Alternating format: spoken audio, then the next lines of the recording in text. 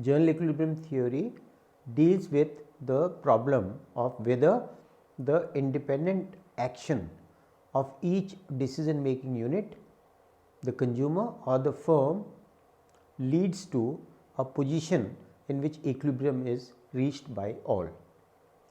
A general equilibrium exists if each market is cleared at a positive price, with all decision making units being in simultaneous equilibrium.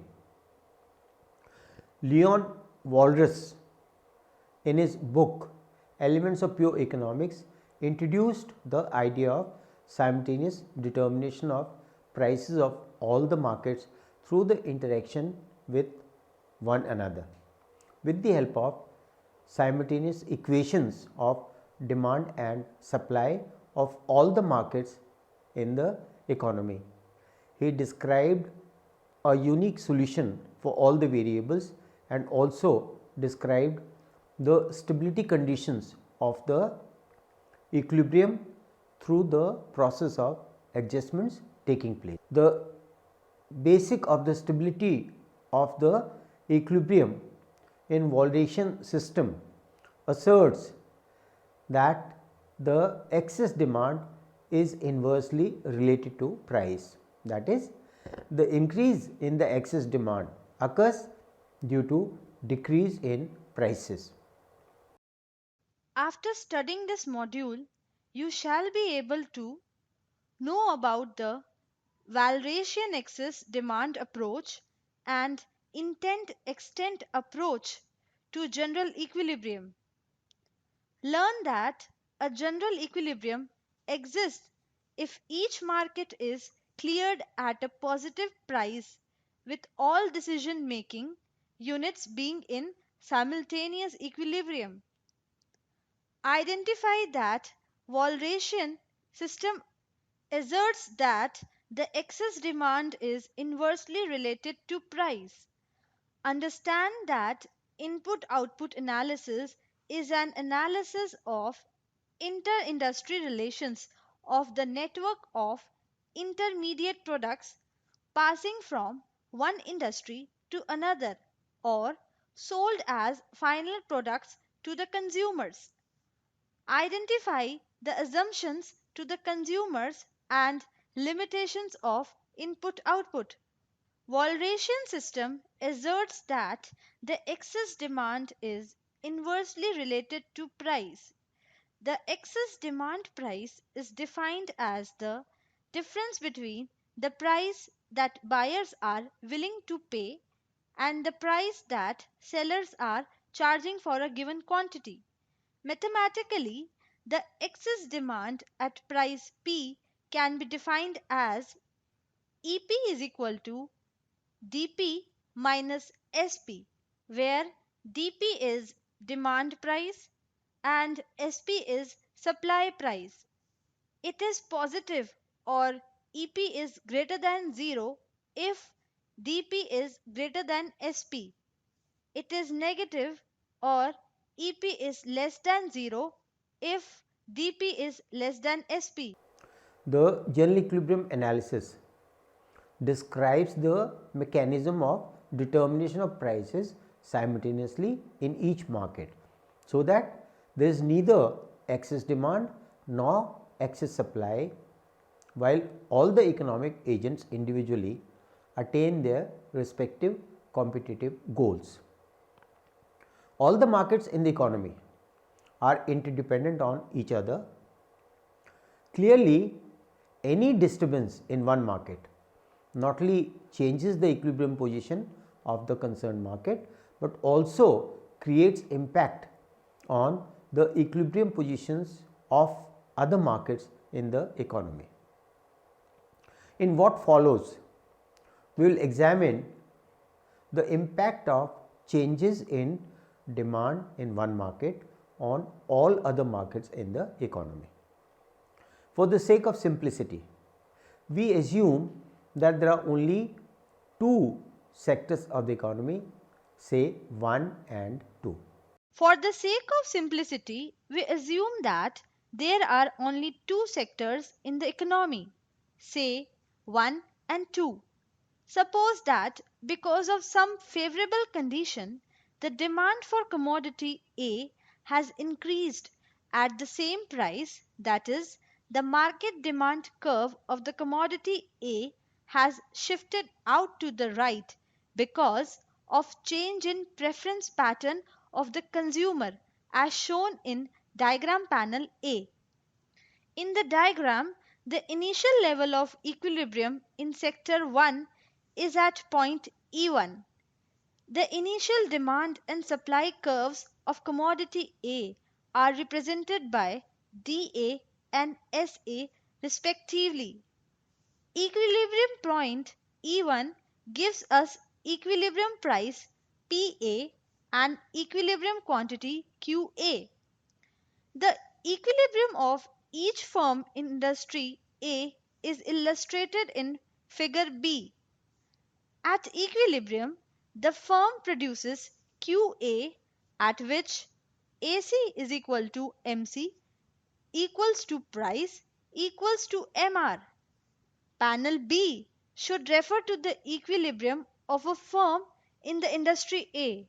Similarly, the initial equilibrium position of commodity market B are illustrated in figure panel C and panel D.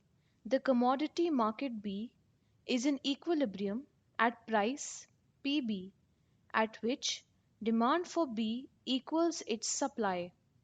Likewise, each firm in sector 2 will produce QB at which AC is equal to MC is equal to price is equal to MR.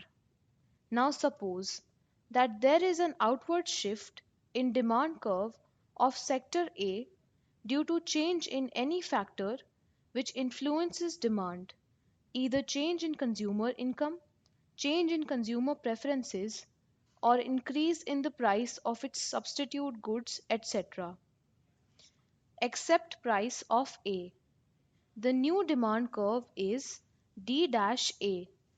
This cuts the initial supply curve SA at point E2, which gives new equilibrium price P-A and new equilibrium quantity Q-A.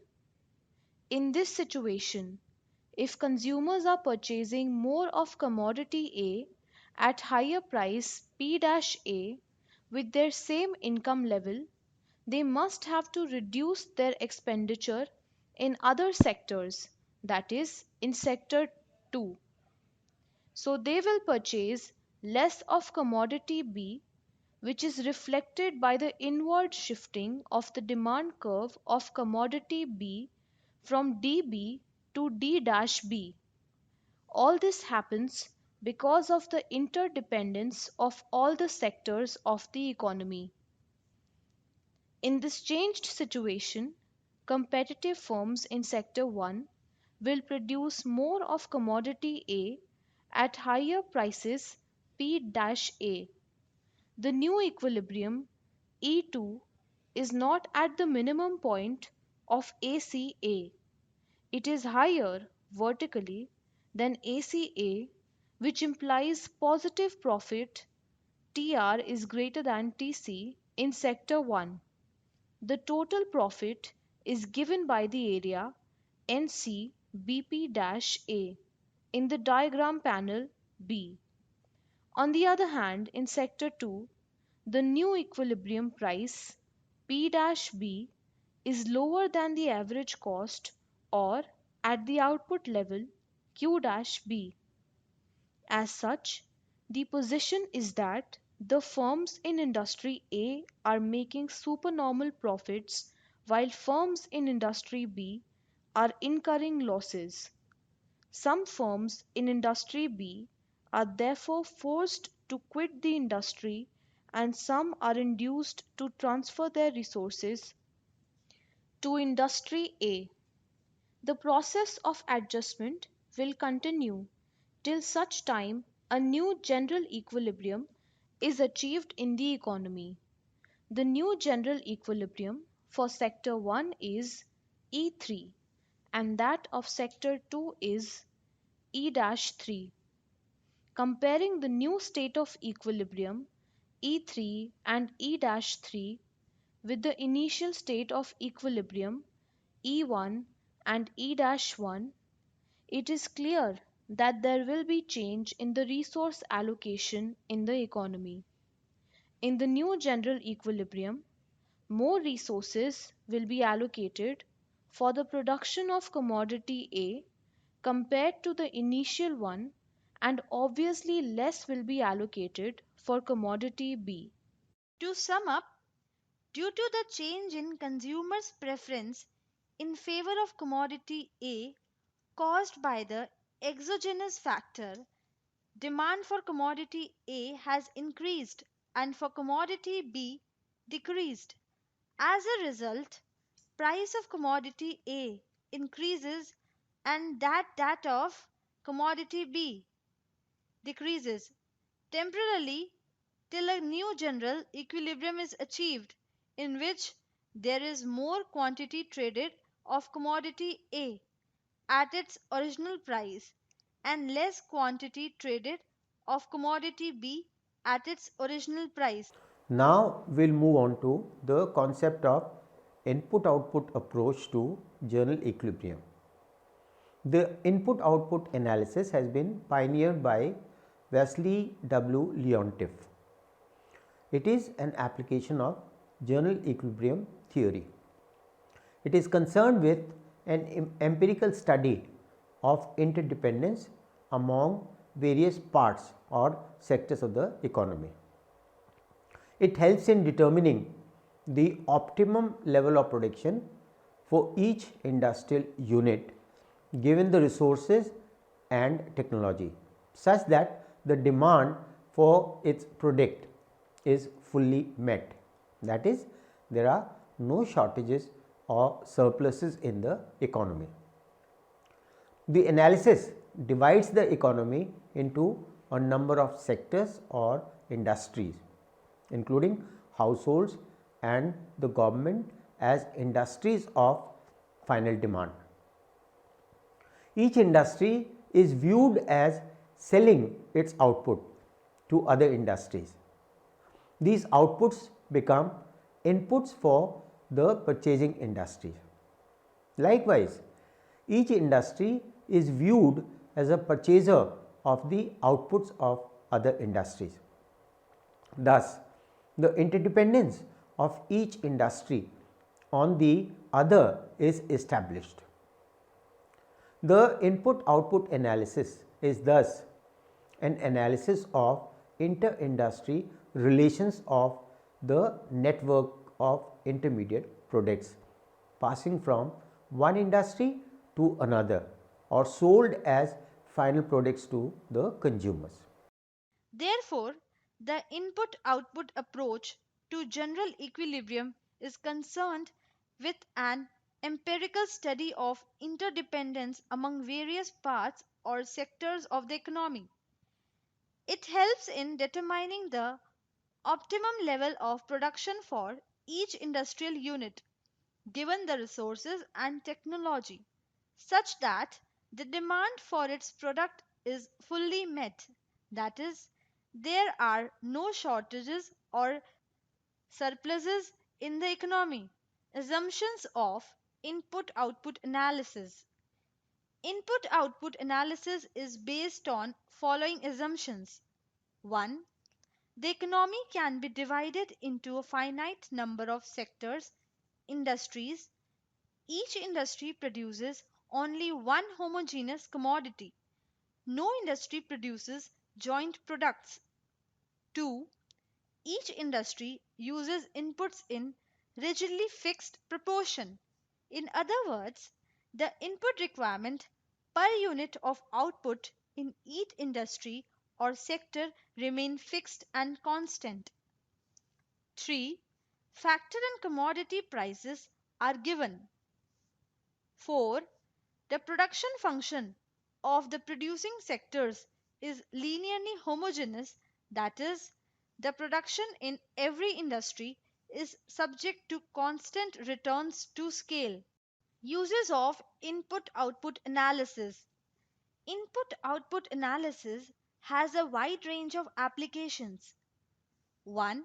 Input output analysis is used to obtain projections of demand, output, employment, and investment for a country or region.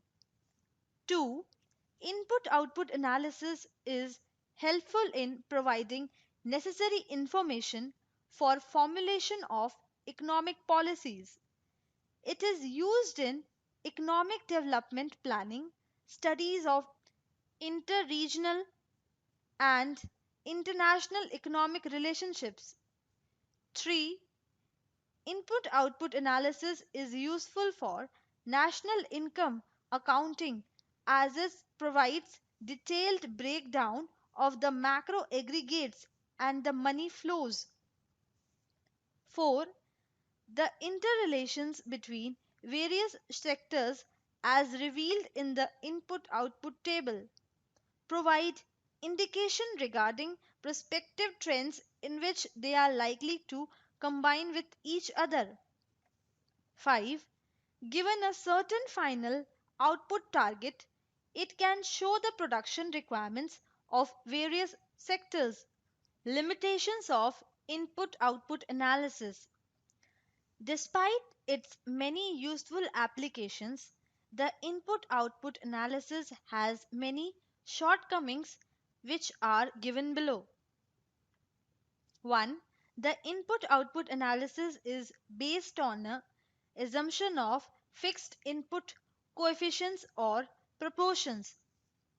Over time, technology and input price change, and these are likely to greatly affect the proportions in which input are combined in the production of many commodities. This necessitates frequent and continuous updating of input output tables, which are very costly and time consuming. Second, input output analysis is based on linear equations relating output of one industry to input of others. This appears unrealistic. 3. In the input output analysis, labor is the only input which is considered scarce. This is not true in practice. 4. Final demand, that is, the purchases by consumers and the government, in the input output analysis is taken as given and treated as independent of the production sector. Though input output analysis has its shortcomings, yet it is considered an important tool for the analysis of economic decisions of the government and in development planning. Model of input output analysis. Input output is a method of analysis in which the economy is represented by a set of linear production functions describing the interrelationship among all sectors or industries. Because it deals with interdependence between industries, in that sense, input output model is a general equilibrium theory.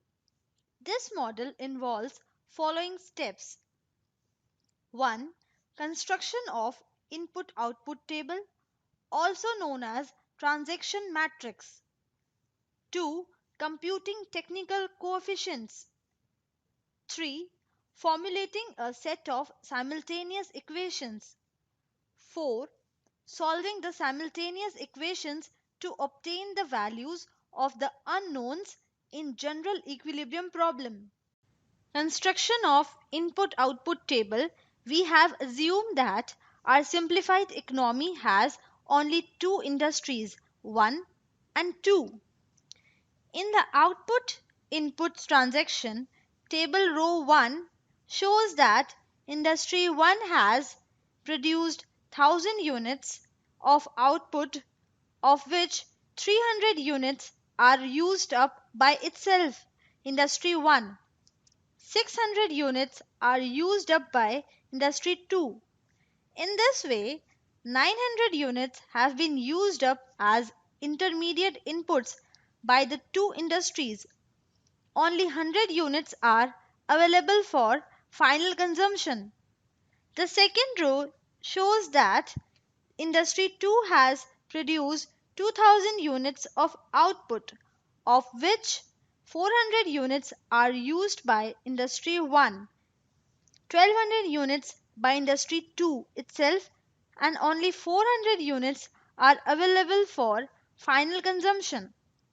Again, out of 2000 units produced by Industry 2, 1600 units are used up as intermediate inputs. The last row shows that the amount of primary input labor used by the two industries. In the above table, the first column shows the inputs required by Industry 1 to produce 1000 units of output requires 300 units of its own output, 400 units of output of Industry 2, 20 units of primary input. The second column of the table shows the inputs required by Industry 2 to produce 2000 units of output requires 600 units of Industry 1's output, 1200 units of its own output, 10 units of primary output. The column of final demand shows that for final consumption, the economy needs 100 units of industries I's output and 400 units of industry two's output. The last column shows the total output produced by the two industries and the total requirement of primary input labor.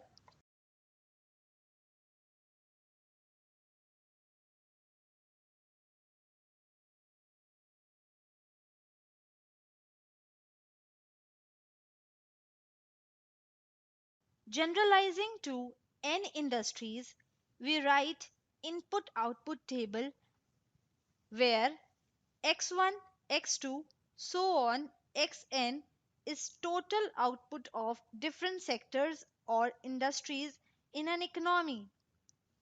F1, F2, so on Fn is amount of final demand.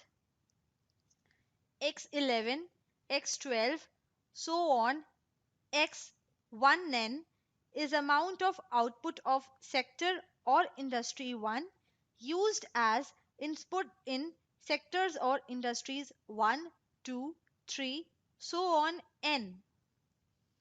X21, X22, so on X2n is amount of output of sector industry 2 used as inputs in sectors or industries 1, 2, so on to n, and so on.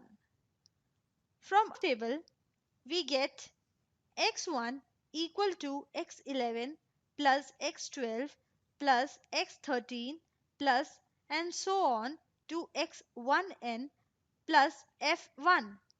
So in general, we sum up the outputs we get. Xi is equal to summation of xij, where j goes from 1 to n plus fi, where I equals to 1, 2, so on to n. Xi equals to total amount of the ith sector or industry. XIF equals to output of the ith sector or industry used as input in the jth sector. Fi equals to final demand for the ith sector or industry product. Technology matrix, which would indicate the amount of the output of the ith sector industry which is used as input to produce 1 unit of output of the jth sector industry, we call it aij. Ij equal to 1, so on to n. Given constant return to scale, aij will be constant and fixed for all i's and j's. Now, aij equals to xij by xj, or xij equals to aij into xj. The above given input output transaction table can be put in terms of technological coefficient matrix.